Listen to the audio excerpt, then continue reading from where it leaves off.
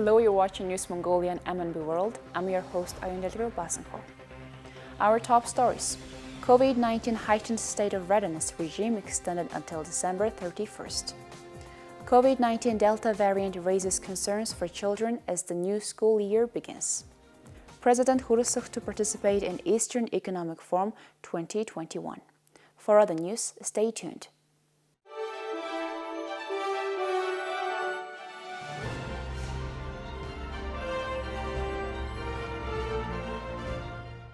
At its regular meeting on August 25th, the Cabinet extended the current nationwide regime of heightened state of readiness or high alert together with the orange level of regulations that now will be in place until December 31st in order to combat the coronavirus pandemic and alleviate the risks associated with them.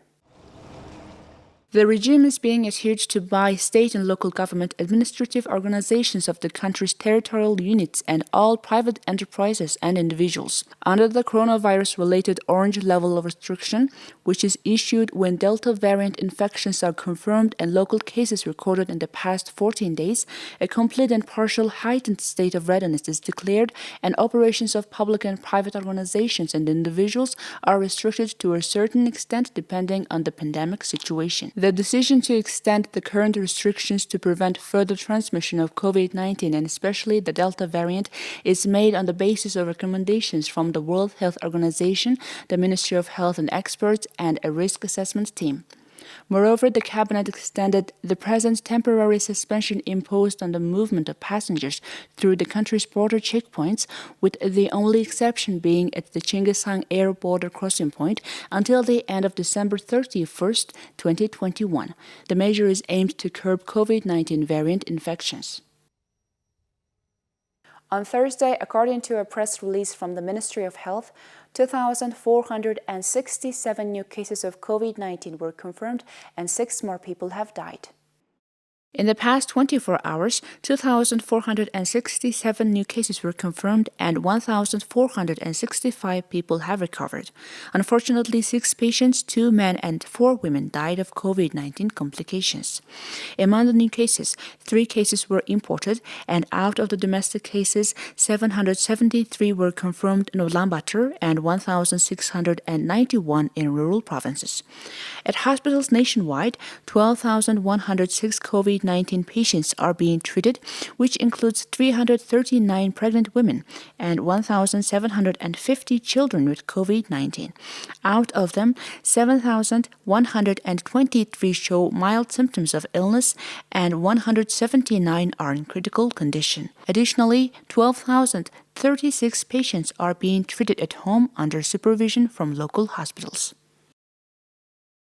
The start of the academic year is normally a time for welcoming new students to college and schools. However, the Ministry of Health and epidemiologists warn that the number of COVID-19, and especially those with the Delta variant, is likely to soar in September. This academic year is starting with even more uncertainty than last year. Some experts believe that the arrival of the Delta variant might cause plans to be changed for some schools and colleges and prompted many to impose mask requirements and vaccine requirements. But because the Delta variant can be spread even to those who have already been vaccinated, there are no guarantees of a COVID-19 free semester for anyone. Some faculty members and schools are pushing for the right to teach online. Currently, schools and institutions are studying the possibility of conducting hybrid programs that include both in-class and online lessons. Earlier this week, the National Center for Communicable Diseases warned that the new variant can be spread among university students living in dorm. For example, 200 to 300 students staying in a dormitory use public bathroom, and it might increase the risk of infection. In addition, if there is an infection in any dorm, it will be difficult or even impossible to isolate students in the room. Currently, vaccination coverage among young people aged 18 to 34 years old is over 80%. Regarding preschool institutions, children aged 4 to 5 years old are allowed to register for kindergarten. However, there will be no more than 25 children in any one group, informs the Ministry of Education and Science. Due to rising number of COVID-19 cases, kindergarten nurseries will not accept toddlers aged 2 to 3 years old. Thank you for staying tuned with us on MNB World. Now let's take a look at Mongolia's current affairs. The Eastern Economic Forum 2021 will take place from the 2nd to 4th of September in Vladivostok. This year's forum will be held under the theme The Opportunities for the Far East in a World Under Transformation. The President of Mongolia, U.Khurelsukh, will take part in the plenary session of the 6th Eastern Economic Forum, which is scheduled for 3rd September 2021. The year 2021 also marks the 100th anniversary of diplomatic relations between Russia and Mongolia. I am confident that the participation of Mongolian President in the Eastern Economic Forum will help strengthen bilateral cooperation and will become a stepping stone in further developing our country's partnership, said Anton Kobyakov, advisor to the President of the Russian Federation and Executive Secretary of the EEF Organizing Committee. The Mongolian delegation will traditionally participate in the EEF business program events. Besides that, the Mongolian athletes regularly join the Jigoro Kano Judo tournament held under the patronage of President of the Russian Federation Vladimir Putin. The competition is part of the Eastern Economic Forum sports program. The business program of the 6th Eastern Economic Forum includes the international conference dedicated to the centenary of diplomatic relations between Russia and Mongolia. Now let's take a look at some economic news from the National Statistics Office. In July of this year, the Consumer Price Index at national level grew by 1.3% compared to the previous month, by 8.4% from the end of the previous year, and by 7.4% from the same period last year. The 7.4% increase was mainly due to an 11.2% increase in the prices of food and the non-alcoholic beverages group, a 3.4% increase in the prices of alcoholic beverages and the tobacco group, 3.6% increase in prices of clothing, while the cloth and footwear group, prices of housing, water, electricity, and the fuels group increased by 4.9%.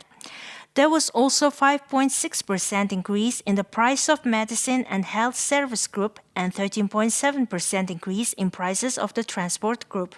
The inflation rate was 3.4% in July 2020 and reached 7.4% in July 2021, an increase of 4 percentage points from the same period of the previous year. In terms of the contribution of price changes in the goods and services groups to 7.4% inflation rate in July 2021, 3.2 units or 43.2% was due to changes in the prices of food and in the non-alcoholic beverages group. In July 2021, half of the 7.4% inflation rate was mainly due to an increase in the prices of imported goods and services. However, the contribution of prices of imported goods and services increased by 32.4 percentage points compared to July 2020. In July 2021, the highest increase in CPI for goods was 9.6% in Ulaanbaatar, and the highest increase in CPI for services was 3.4% in the Western and Eastern Region Office. This week, the Embassy of Japan in Ulaanbaatar organized a press tour to the new Chinggis Khan International Airport. The new airport is 2.5 times bigger than the old Boyuntuha Airport. The airport will be capable of handling approximately 3 to 4.5 million passengers a year.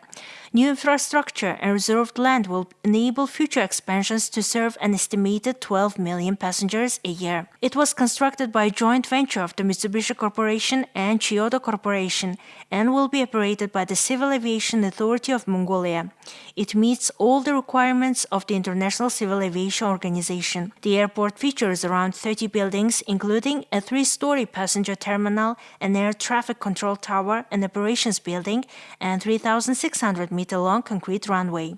It also features a 3,339-meter-long and 23-meter-wide parallel taxiway, 2 rapid taxiways, as well as 3 exit taxiways. Due to the COVID-19 pandemic and the surge of the Delta variant, South Korea has imposed a 14-day border restriction. According to the Ministry of Road and Transport Development of Mongolia, all flights to South Korea scheduled between 20th and 27th of August were either cancelled or postponed until September 2nd. The Minister of Road and Transport Development reports that on the 13th and 16th of August, 2 positive cases of COVID-19 were recorded from passengers arriving from Ulaanbaatar, and therefore South Korea is not receiving any inbound or transit passengers from Mongolia. In general, South Korea has extended its social distancing measures until 5th of September. Now let's look at the currency exchange rates provided by Mongol Bank.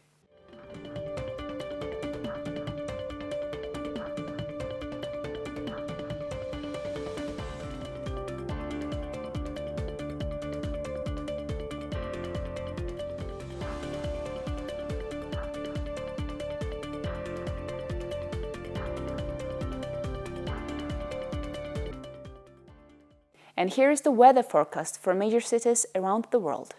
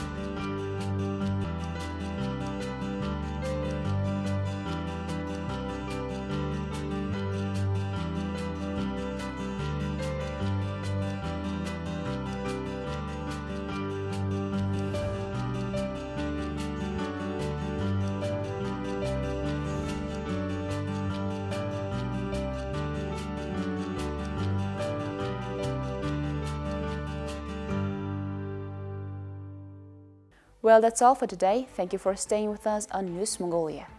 See you tomorrow with more stories and updates. Please follow MNB World on Facebook, YouTube, Twitter, and Instagram. Have a great evening. Goodbye.